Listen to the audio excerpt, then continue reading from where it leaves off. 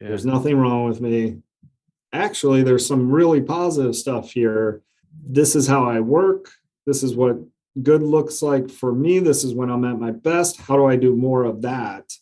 Versus always focusing on maybe like this is me at my worst and what to change. Because that, as you mentioned, that's not really going to work, is sort of changing your core. So how do you work within the core and realize the core is positive and good, and there's a lot there to work with actually that you can bring out and succeed. And there's nothing you can't do if you want to do it. You just got to find your way.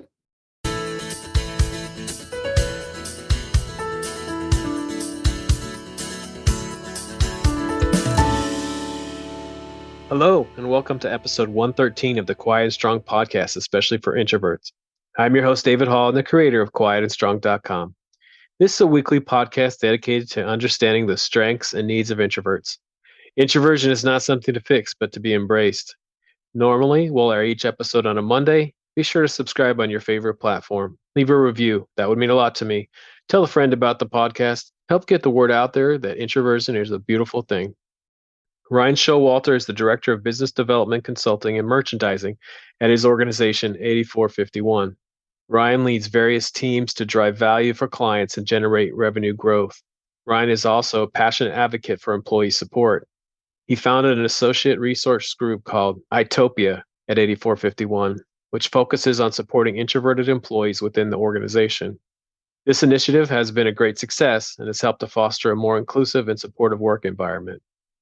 All right. Welcome to the Quiet and Strong podcast, Ryan. Ryan, it's so great to have you. Thanks for having me. I'm really excited. We're going to talk about some exciting work that you're doing at work. I just think it's awesome. But before we do that, let's just get a little bit, tell us about yourself and your journey, discovering you were an introvert and how you embraced that. Yeah. So I would say very early on, I was aware that I was had a quiet demeanor as early as, I don't even know, 4 or 5 years old. But the term introvert, I didn't discover that till much later. Probably really early on in my career, through something like a Myers-Briggs test, where that term sort of like surfaced, and identifying with that, and is probably how I started to really think about introversion. And then how did you decide to embrace it and, find success with it? Yeah, I would say, early on in my career, I didn't at all. I ran away as far as I could from introversion, because I sort of viewed it and was sort of being told that it wasn't necessarily like a positive. And that was not just in work. That was, everything from early on in the childhood sort of career of didn't speak up enough in class, or all of those kind of signals that I received just made me feel like something was wrong. Something was undesirable about introversion, that I kind of hid it, even though it's really hard to hide it. But I would never admit it, or come out and sort of boldly state that I was an introvert until much later. And it's just part of the process I think most people in this space will go through, of sort of like understanding it, being aware of it, sort of maneuvering through a level of understanding of what it is and what the strengths are. And then you start to sort of embrace those strengths and realize there's some power. There's some real power in being introverted. So let's talk about that. What are strengths that you found, or you could even mention a strength you've seen in a fellow introvert? Yeah, I think one of the strengths I've seen is that we as introverts tend to wrestle with the problem, do a lot of scenario testing. I call it in my head, of running through all sorts of things, again, very inwardly focused, as we are processing sort of like a problem. I don't know about you, David, but I run through every iteration I can think of what if we do this? What if I do this? What will happen? Like trying to think through and anticipate all of that can drive you a little like nuts at times, because you're so inwardly focused, and sort of like scenarioing all sorts of those things. But what you get as an outcome of all of that processing and scenario is a really thoughtful sort of approach, that kind of like comes out, and where you are prepared for some of those problems. Of course, every so often there's something that I didn't think about, all that stuff. But that'll just set off that same chain reaction if there is something that's that I didn't see or wasn't aware of, and I just process until you get a really good outcome. Yeah, and that's a gift. And Yep. yeah, I have that gift too. Not everybody does, but we need people with this gift that can think things through, make some strategies, look at available resources. What's the best approach we can do here? What if something goes wrong? We definitely need that, and that's a gift that we have. Yeah. So it's tied to like being able to focus and really like sit there and have that sort of focus mentality as well. You'll hear that as a strength as well, because others can't. Like it doesn't sit well with them to sit with a problem for that long, and they'll pivot or get distracted very easily, or those kinds of things. So it's kind of tied to focus, I guess. Yeah. And so on this show, we definitely talk about strengths of introverts. That's some amazing strengths. We could go on for a long time talking about different strengths that introversion can bring, but also we talk about needs. And so with those couple things that you just mentioned, we do need some preparation. We do need Correct. some quiet. We do need to recharge sometimes. So how do you build that into your work? Yeah.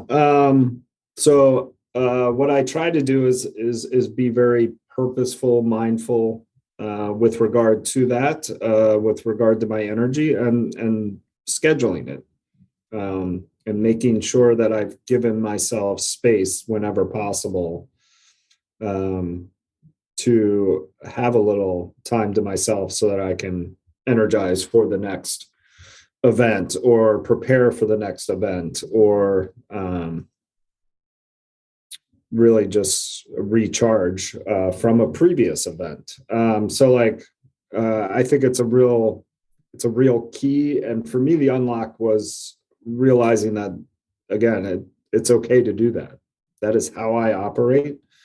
That is how I need to be at my best. And so it is okay to schedule a little bit of time to recharge. There's nothing wrong with that in any way, shape, or form. It is how you bring out your best. Yeah, exactly. And that's the key. It's how you bring out your best. And as you've been saying, you and I, we didn't always feel that way.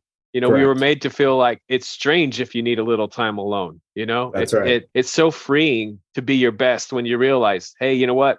My friend or colleague here might not need the same thing, but it's Yeah. fine if I do, and they need to understand that too.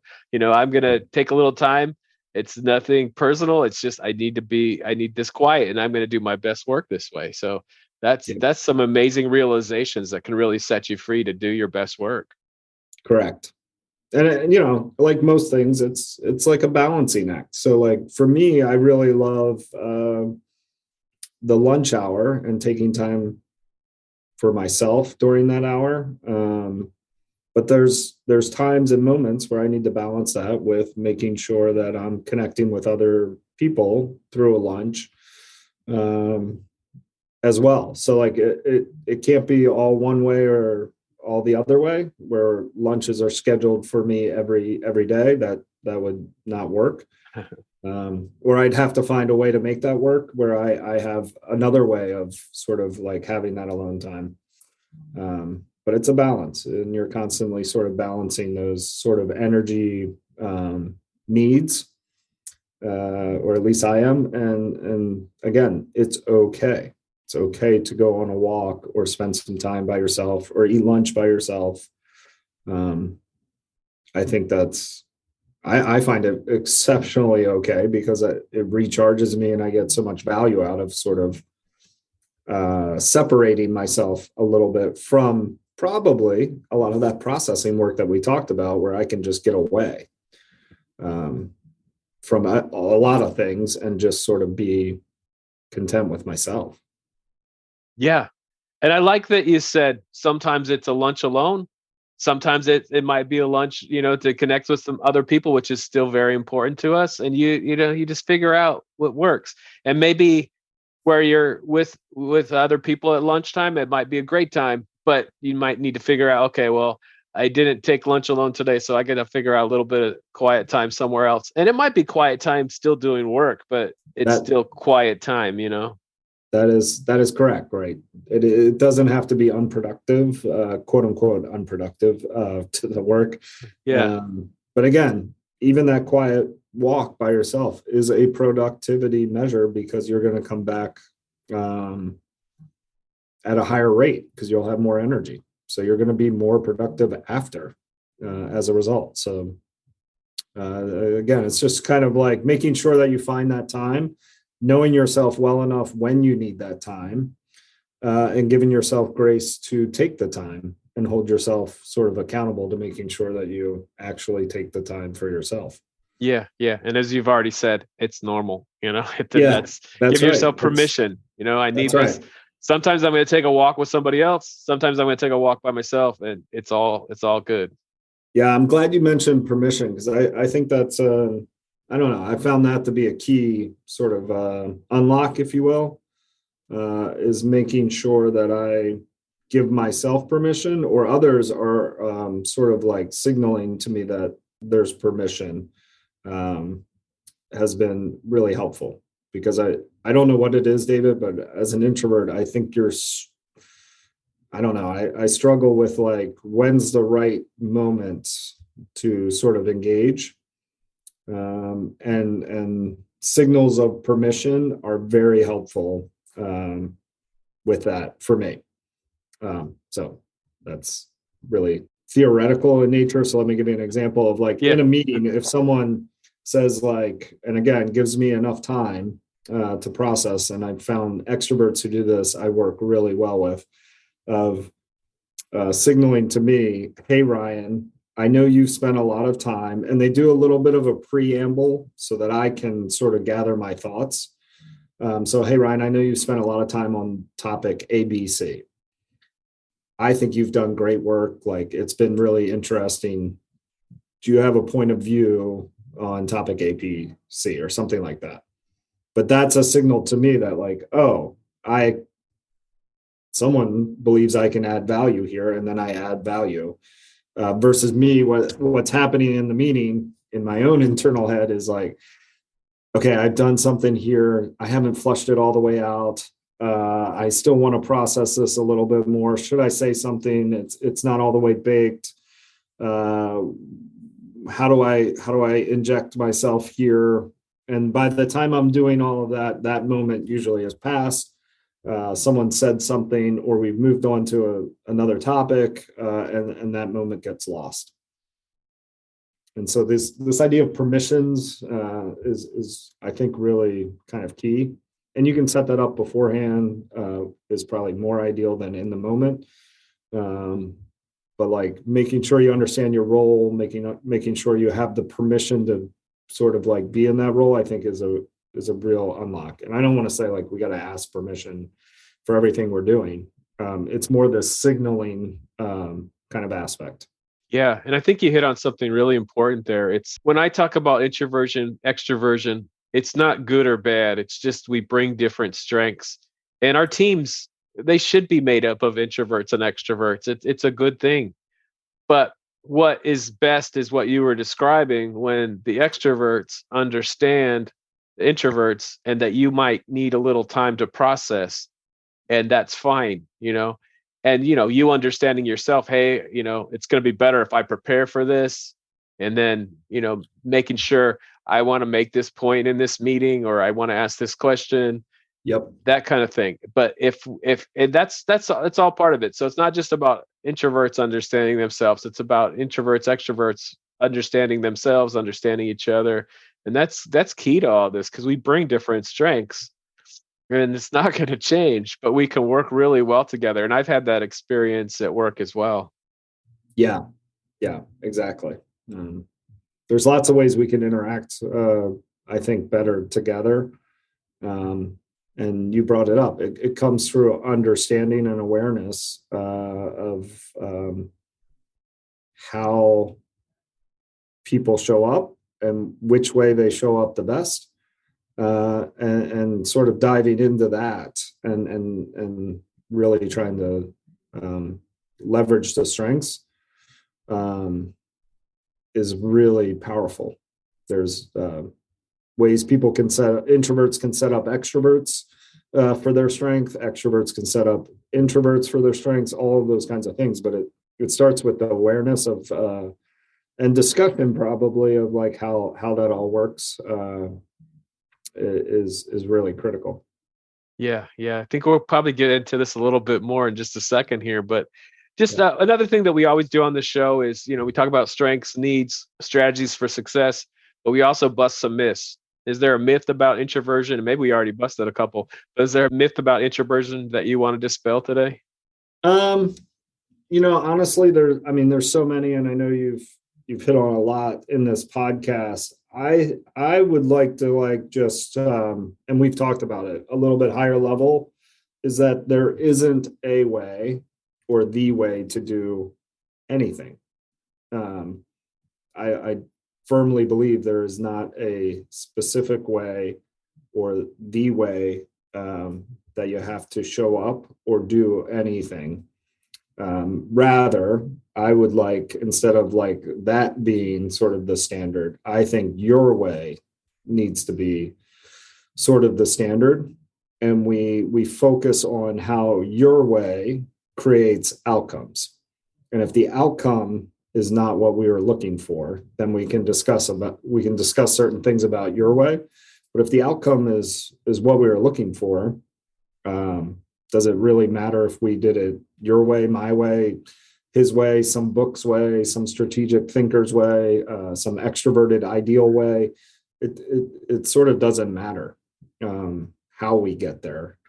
Again, within some levels of boundaries of acceptance, but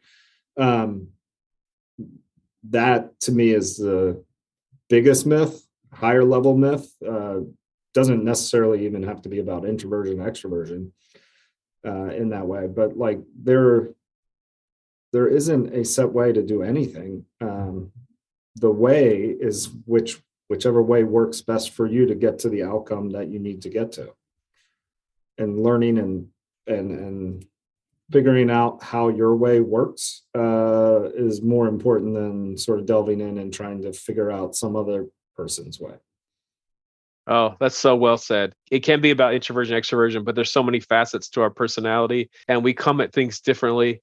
And the way, like you're saying, is your way. My way of doing this thing, leaning into my gifts and strengths is going to be the best way for me. Just like you leaning into your gifts is going to be the best way for you. And we do have outcomes where those achieved, but we shouldn't dictate the process for achieving those, because we will be wasting some talent, and not getting the best out of people if we try and dictate how they should use their gifts, to achieve that outcome. But make sure the outcome is achieved, of course. Correct. And if we didn't achieve the outcome as an introvert, as we sort of talked about, trust me, we're going to ruminate and really spend a lot of time self-diagnosing some of those things, which could be a positive, or can, if you sort of spiral into a more negative tone, can be a bad thing. But trust me, we're going to figure out really intensely what went wrong with our way, if you will, and make an adjustment. Like I said, you want to make sure we're spiraling positively or in an upward trajectory when you're doing that, not downward, where it gets into negative thoughts that can kind of creep in. Yeah, and that's another strength that we definitely have. I think it's pretty common to most introverts, that gift of reflection. Yeah, So that's right. if I'm not achieving the outcome that I want, yeah, I am going to be very reflective and figure out, okay, how can I do this better? Or, how can I achieve this goal? So that's another gift that we have for sure. So we're talking a lot about how to bring these things into the work that you do. And again, you have a great story of something that you've done at work. Tell us about your work and tell us about Utopian. I love that name. Yeah.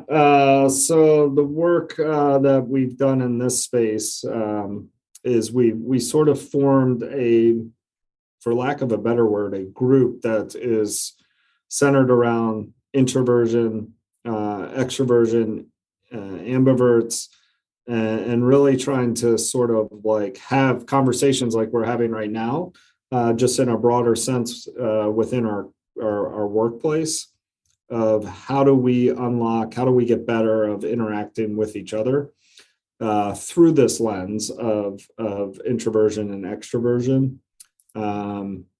Just similar to many of the other groups that are out there, people-led teams or associate resource groups that focus on maybe gender or race or those other areas. We formed a group here at my company, 8451, and then it spun into a similar group at our parent company, which is Kroger, where we do provide focus on sort of these questions that we're discussing today, and strengths and struggles and myths and all of those kinds of things, so that we can bring awareness sort of to this world. And we called it Utopia, which is nothing too creative here, but we took introversion and utopia and smashed it together, because the idea is to create a place that has a little bit more of a balanced view for introverts, because too often it's unbalanced in our sort of society and in our companies, and we're just trying to bring a little bit more balance and ideal environments for introverts and extroverts to thrive in. Yeah, again, I love the name. How did it start? How did this group start at your company? Yeah, so the spark for it really was just me being in a meeting. I was in a meeting just like normal, very kind of larger department meeting, maybe 20 people, 30 people, and everyone, our leader at the time, just sort of like at the end of the meeting, just wanted everyone to go around the room and sort of express what they were most proud of. Again, probably not the greatest kind of approach for an introvert, but what happened was everyone went around the room, was telling all of these great stories of what they've done to contribute to the business. And one individual actually started their sort of highlight, if you will, with just that they were proud to speak in front of a group this large, and then went on to say the great work that they did. But it really hit me. That small sort of comment really hit me strong. I don't know what made me so in tune with it.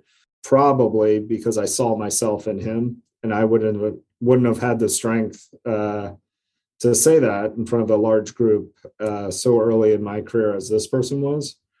So I just wanted to acknowledge it. I reached out to him, told him how much I understood, while a small comment that many might have just glossed over, it wasn't lost on me the courage that it took to say that, what it meant.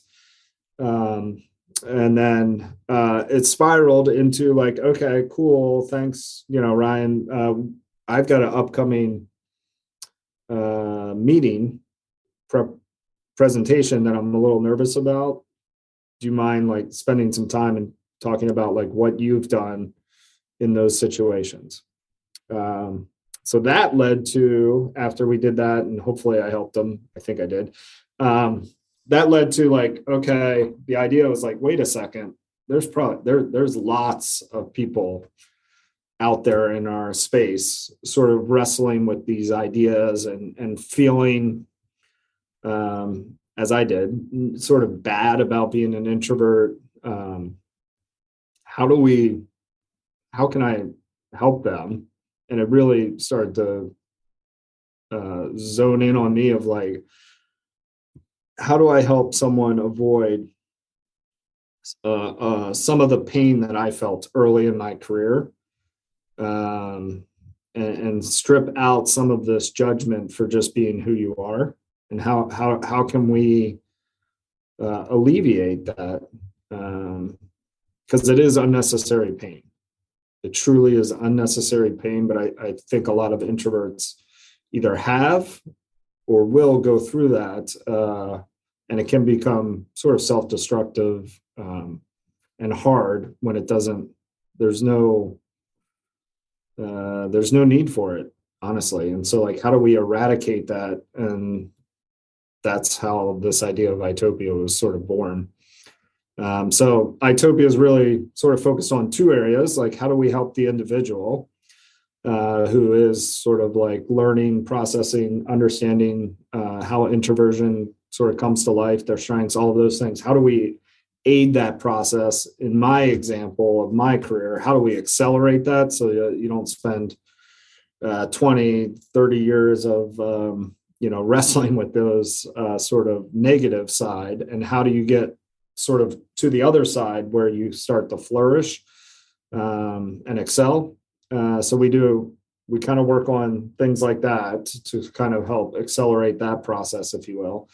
But then secondly, we try to also push against the organization and the company that we have to create a culture that is more balanced in how they sort of think through larger initiatives and things like that we do think about how that's going to play with the introverted community.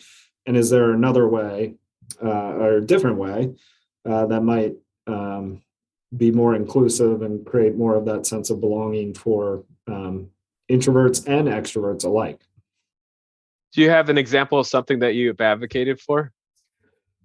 So some of the things that we've worked on is at our like sort of annual company meeting, which can be very daunting for an introvert. How do we create more space and time in the agenda for some of those downtimes, so that people can recharge? Is a good example of that in action. Not necessarily because of something Utopia did, but I think partial to some of the conversations that we've had where awareness is brought up. Our company also is really valuing kind of deep focus work. And so they've actually scheduled certain times to block off from meetings, things like that. That has also sort of occurred. What do you mean by that? Does everybody have the same time? Yeah, everyone has the same block, and I think the devil's in the details on that in terms of how we honor that as a company, but there's a strong sort of acknowledgement to try to honor that as much as possible. Does it, get honored all the time? No, of course, there's certain times where you might schedule over that block of time, but for the most part, everyone, I think, tries to really hone in on that. And again, it goes back to permissions.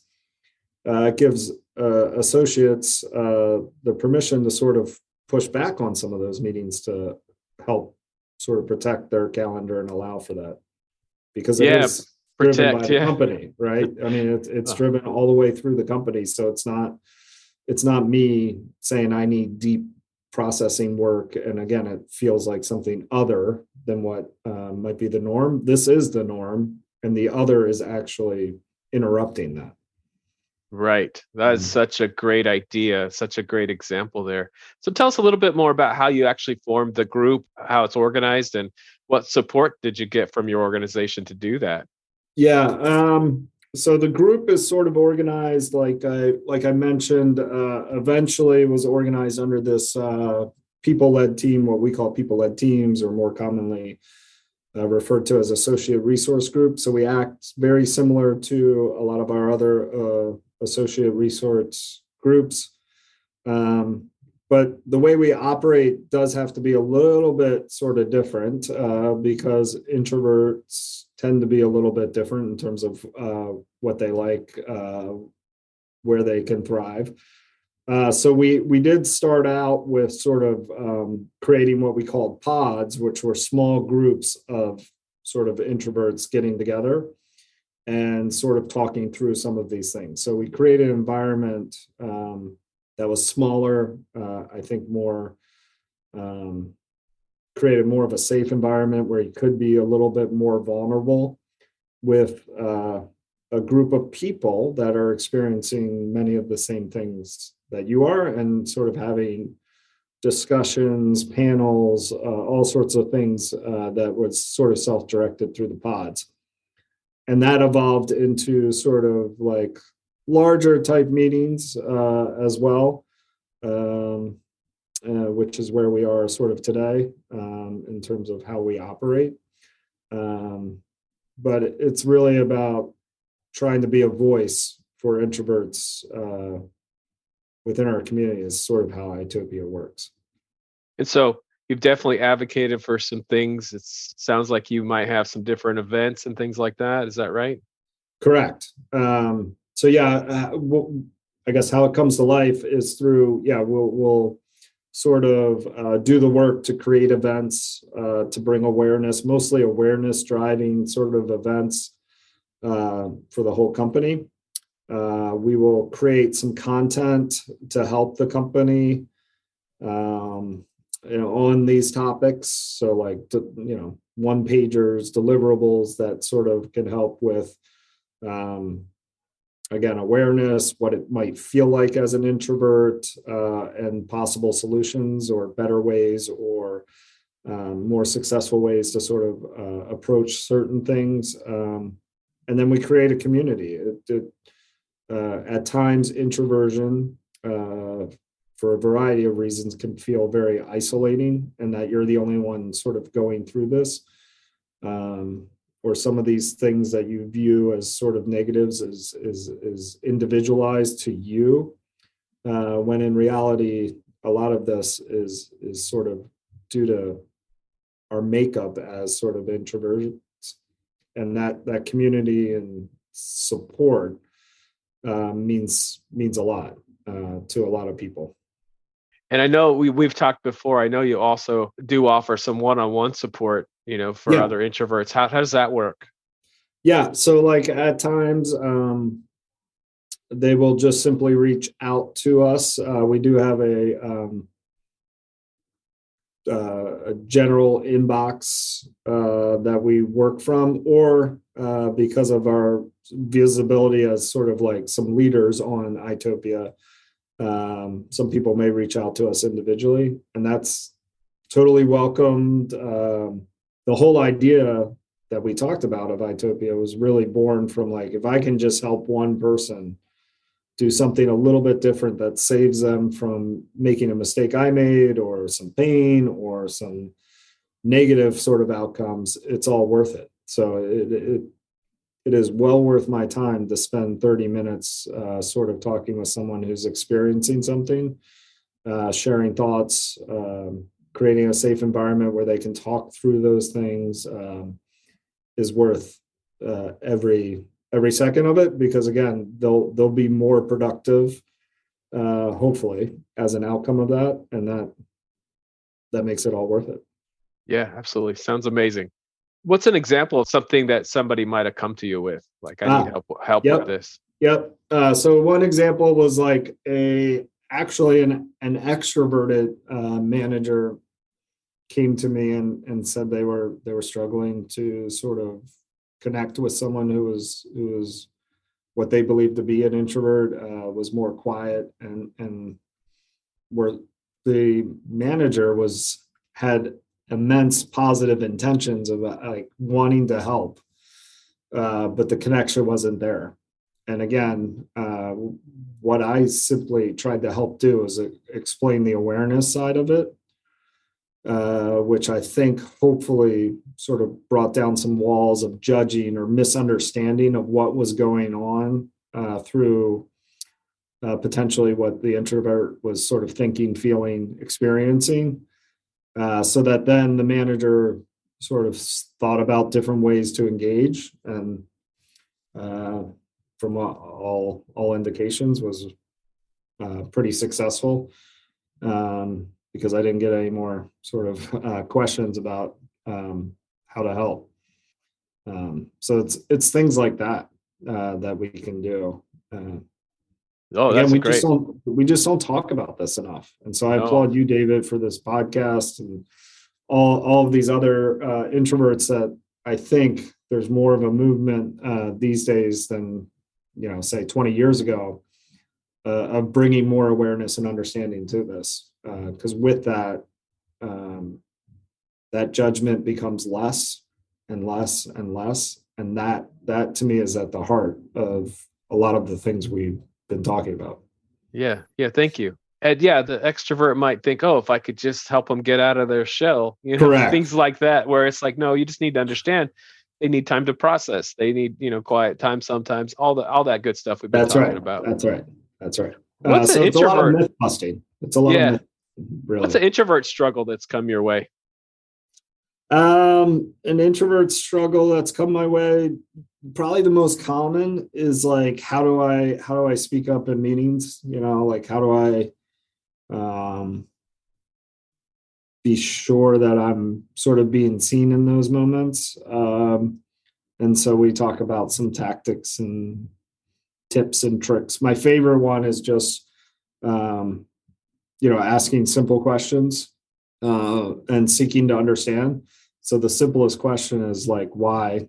I mean, you just repeat something early on of something to understand why. But what that does, of like asking a question or speaking early, it gets you engaged in the game, if you will, versus if you let sort of it linger, sort of creates a snowball moment of like, I got to speak up, and now I got to speak up even in a bigger way because I've waited 20 minutes and I haven't said anything.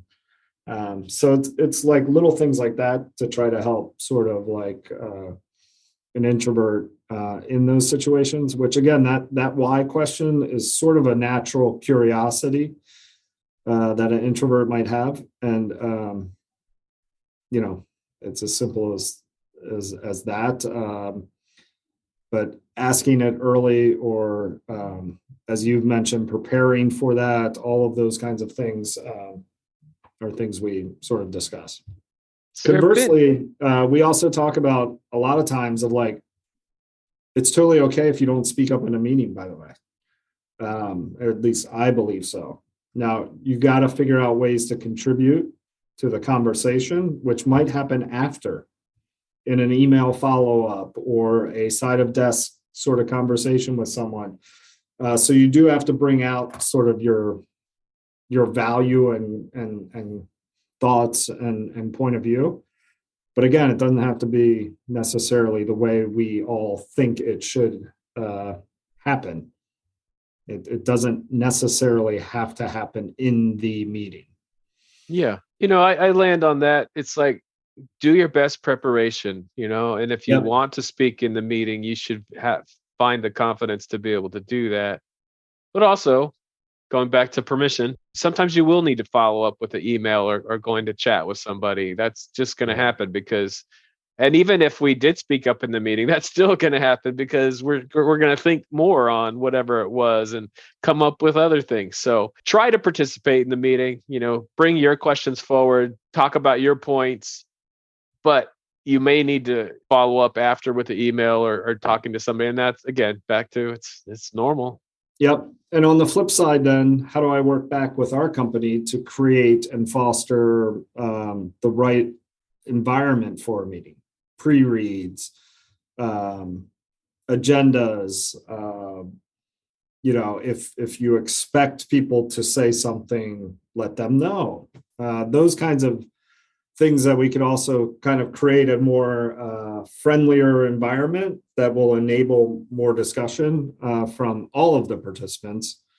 is also sort of the flip side of that. So again, it's yes, the individual needs to think through and sort of work through what's their way of contributing, but how do we also think through as a company and as an organization, what's an environment that enables them to do it their way, that supports sort of that notion. Yeah, that's a good example. We need an agenda so we can think, maybe research ahead of time. Correct. So That's those right. are kinds of things that, our organizations can And definitely do. again, David, to be honest, I haven't been the best example of that. Like many times I've sent out meetings with no pre-reads, no agenda. And so like it's also holding all of us accountable to that. So Yeah, none of us are perfect, but working towards, let's help people be prepared for the meetings. And some people aren't going to need that, but introverts definitely do better with some time to yeah, think about things. yeah. And I know it takes a little bit of time to do that, but again, if you take that 5 minutes, I guarantee you'll have a more fruitful sort of conversation. Yeah, absolutely. So in Utopia, was there anything that was surprising to you as you started to get together with other introverts? Or was there anything that was just really confirming, like, yeah, this is what we need to do? Yeah, I think one of the biggest surprises I had was my own misunderstanding of extroverts. I really didn't understand extroverts as much as I thought I did. And so I was doing some of those same assumptions, same judging in terms of how an extrovert sort of acts and processes. So that's been helpful for me personally, because again, we started talking about it. And one of my favorite things is getting an introvert and extrovert sort of in a room together and talk through things and ask questions of like, well, how does this feel if I do this? Or like, what are you thinking when someone doesn't speak up in a meeting? Or those kinds of things, or why are you speaking up in a meeting so often, and all that stuff, and really getting under that surface level of what's happening is some of the most rewarding things I found. That also sort of like shocked me. And Yeah. I'm sorry, I know you had a second part of that question, but I forgot Oh it. no, but just on that, what was something that you learned from an extroverted colleague that they do that you didn't understand before? Like one of the things I really learned was just they speak to think. And I made the maybe false assumption that a lot of the times that they have already done some thinking before they spoke. And so then I would judge sort of their speaking as that's sort of the best you came up with in terms of like once you've thought about it, that's the best you came up with. And what's really happening is or what I've learned is they're processing outwardly. And so they're sometimes they need to sort of work through that. And I shouldn't apply any judgment on some of those things because they haven't thought about it. They're thinking about it in the moment and it's coming out in real time. Is something I learned. Again, I just assumed everyone did some level of sort of what I do, but that's not the case, and that's not a fair judgment by any stretch. Yeah, I was getting trained on being a facilitator for the Myers-Briggs, and the facilitator said that like introverts think and then speak, extroverts speak in order to think. And that was Yeah, like one of my light bulb moments around all of this. It's like, oh, it is just like you're describing, it is different. And maybe it's understanding that, you're working closely with the extrovert. They may need to talk things out more than you do. They may that's need right. to bounce That's right. ideas, and it's totally normal. Yeah. Sometimes I find group brainstorming very valuable. Yep. Sometimes I also find thinking on my own very valuable. And just, That's right. please acknowledge that they're both good.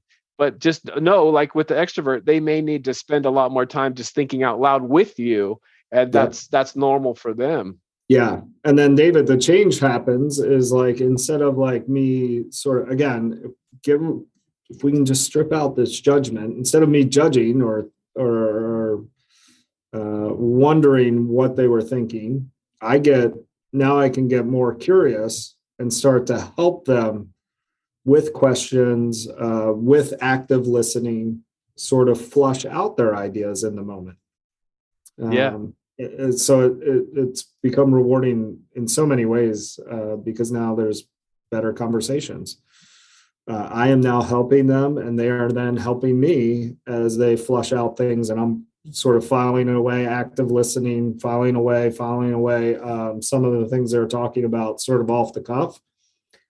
And then usually they say something that hits something that I'm like, wait a second, like, can we talk more about that? And then we dive into that.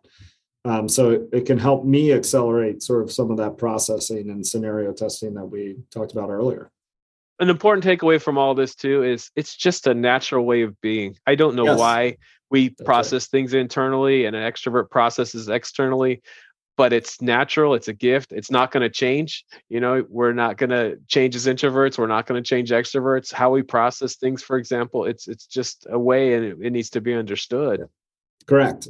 And then how do we work better because of it? That's really the gist of Utopia. In many ways, is how do we actually get better at working together to get to some of those outcomes we want to get to? And I believe there are better ways, maybe not a way or the way, but there's definitely better ways we can sort of do that as a group. And again, we just don't talk about it enough. We don't understand each other enough. Or we come at it with assumptions built in, pre-built assumptions and myths and all those kinds of things. And then we just sort of continue to operate that way, not realizing sort of how we impact each other and what that all means. And so a lot of this is awareness and understanding that hopefully creates change in action and then yields better results. Yeah. And what you're saying is we don't talk about it enough. So I'm so glad we're having this conversation. I'm so glad you're doing the work you're doing at your company. It blows my mind that, these personality differences have been around since the beginning of time, and we still don't understand them. But that's why it's good to have these conversations. So, we talked about what surprised you getting together with other introverts. Is there something that was really confirming for you? I think what was really confirming for me was sort of the feelings behind some of this. So I've talked about like how it can feel sort of isolated in this world. But for me, it was really reaffirming that like others were feeling the same way. I knew others were sort of like wrestling, if you will, with some of these sort of questions and how to approach certain things.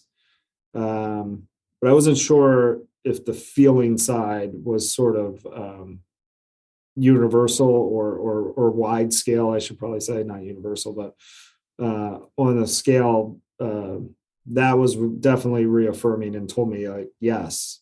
And the reason why Utopia I think works is that it is meaningful and it hits into some of these emotional centers, if you will. And that's why it can be so powerful because we can sort of change those emotions. And if you can change those emotions from negative into a positive, that idea of excelling or flourishing or those things start to really happen, and it can happen really quickly after that. Yeah, that's awesome. But that's been definitely the most reaffirming is sort of the emotional side of this journey is real. It's intense. It is not talked about enough, not openly shared enough. And because you have to be vulnerable and sort of open up some wounds that you have and scars that you have covered over to get through all of it. But it's immensely powerful to sort of go through that and know that you're not alone in that. Yeah, I would guess that would be something as people realize I am not alone. This is okay. This is good. Yeah. This is good. Right. It's usually like, this is not alone. Yeah. There's nothing wrong with me. Actually, there's some really positive stuff here. This is how I work. This is what good looks like for me. This is when I'm at my best. How do I do more of that versus always focusing on maybe like, this is me at my worst and what to change. Because that, as you mentioned, that's not really going to work is sort of changing your core. So how do you work within the core and realize the core is positive and good, and there's a lot there to work with actually that you can bring out and succeed. And there's nothing you can't do if you want to do it. You just got to find your way. So I am enjoying so much hearing about this work. I know that there's people listening. They're like, oh man, that's such a brilliant idea. What advice would you give if someone wants to start something similar at their place of work? Yeah. First off, just that first step's always the hardest. So I would just advise you to, if you're thinking about something, if you're processing something in this space, just do create that first step. For me in Utopia, it started that way and then it snowballed really quickly. So take that first step. Feel free to reach out to me. When I was starting this, it was really hard to find others that were sort of doing things in this space. And so it was really hard to try to figure some things out. I'm here for anyone who wants to sort of like start something similar or curious or questions, because I craved that resource and it was hard to find and you had to dig around. Luckily, I think, where we are today, there's a lot more resources out there, but definitely I'm a resource. And yeah, just follow your heart on this topic. You're going to be in the right space. The work that you do in this space is going to be needed and valued. You just have to find it. And like I said, just take that action, take that necessary first step. It can be scary, but I can tell you it's probably the most rewarding thing I've ever done. Yeah. And as you said, sometimes you got to be vulnerable to help other people. And I've definitely been there too, but it's so important. And I applaud the work that you're doing. That's amazing. So you said people could reach out to you. How do they do that to find out more about you and Utopia? Yeah. I mean, one thing, you can connect with me through LinkedIn, Ryan Showalter. And if you do, just, I would highlight Utopia or say something around Utopia so that I know sort of where the topic is.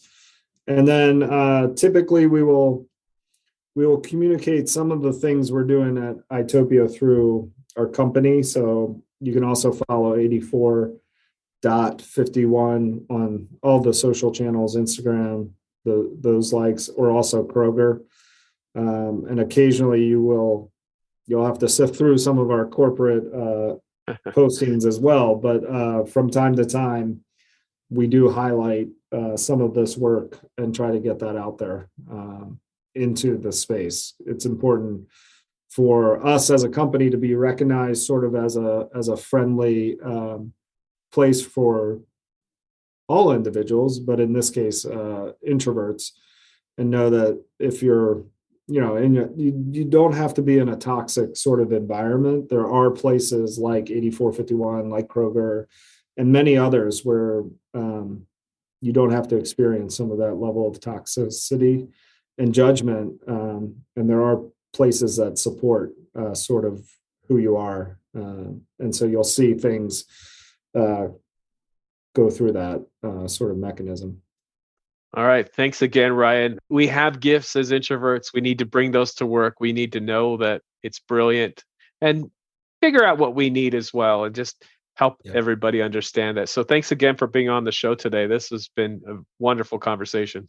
No, thank you, David, because like sometimes we just need a little help. And the work you're doing, the work others are doing is definitely providing that help that people need to just get that started and move through it. So thank you for what you're doing in this space. Your voice is one that is needed and definitely appreciated. Thank you so much for joining me. I look forward to further connecting with you. Reach out at david@quietandstrong.com or check out the quietandstrong.com website, which includes blog posts, links to social media, and other items. Send me topics or guests you would like to see on the show. If you're interested in getting to know yourself better, there's now a free Type Finder personality assessment on the Quiet and Strong website. This free assessment will give you a brief report, including the 4-letter Myers-Briggs code. I'll add a link to the show notes. There's so many great things about being an introvert, so we need those to be understood. Get to know your introverted strengths and needs and be strong.